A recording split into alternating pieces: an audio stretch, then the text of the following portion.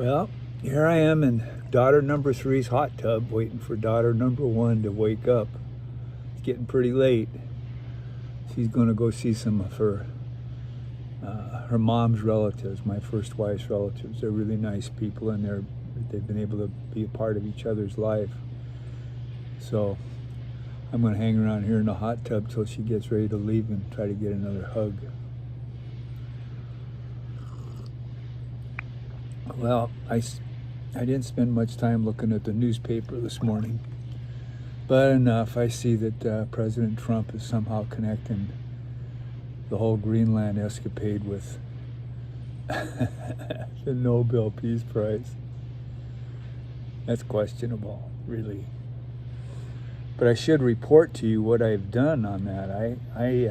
I thought that his longing to be recognized that way, to fill whatever the emptiness is he has inside of him, it's pretty apparent to all of us, right?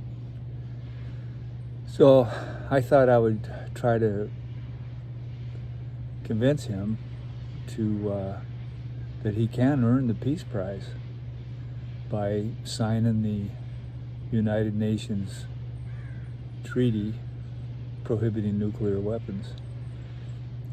Being the first nation, the first nuclear weapon nation to sign that, which would be huge, because then the United States could set some of the guidelines, some of the standards for verification, and taking apart the nuclear warheads and all that kind of stuff. So I wrote quite a long letter to him, 2.5 pages, but I hope somebody read it. He got it about 3 weeks ago, just about the time that Maria Machado came up from Venezuela to give him her Peace Prize. And so I'm sure that they've got it.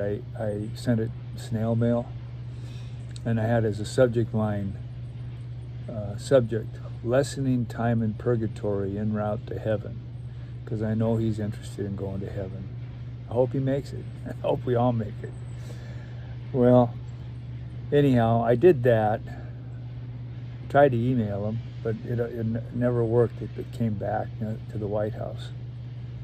So then what else I did, I decided to eat humble pie, and I sent an Instagram message to Steve Miller, that guy in the background that's doing a lot of the thinking there in the White House, because I know he would be watching whatever goes through the president's hands with regard to Greenland and with regard to nuclear weapons, basically with regard to the presidency. I guess he might actually be the president.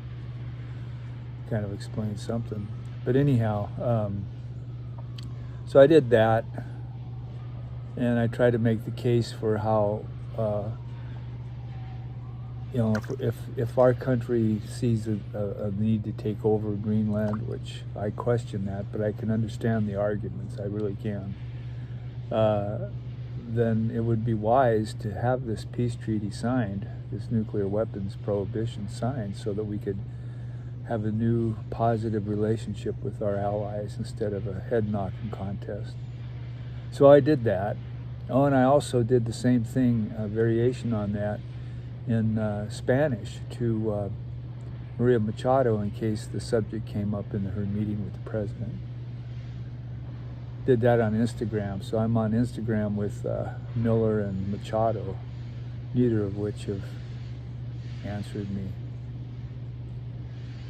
So did that.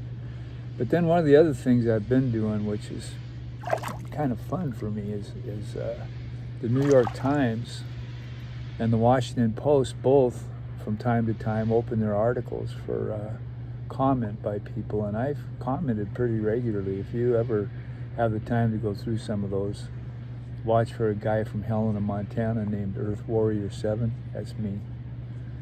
And every chance I got, I try to stick in there about the importance of signing that prohibition against nuclear weapons.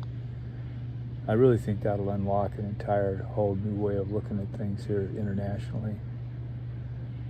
But I tried my best, and I haven't even got a response from anybody. Such is life.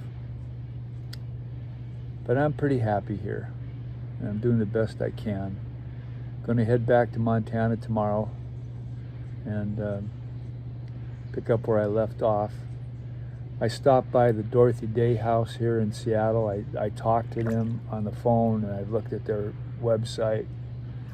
I went by and looked at the facility. It's basically like a bunker down in the Belltown district, and you got to use an intercom to get in there, and I can see that there's a lot of unsheltered people going around. I can see, I watched a couple of them, and I can see where they even scare some people. It's too bad. It's a heck of a state of affairs. So I'll be anxious to see what the people working with the churches have come up with to replace God's love's no barrier management philosophy of letting the people that are unsheltered come in on the really cold nights and sleep on the floor of their dining room.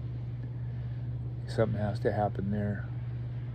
Really looking forward to going back to my my compadres at the Tuesday showers, see how everybody's fared. I think they've had really good weather. It's going to be interesting to see.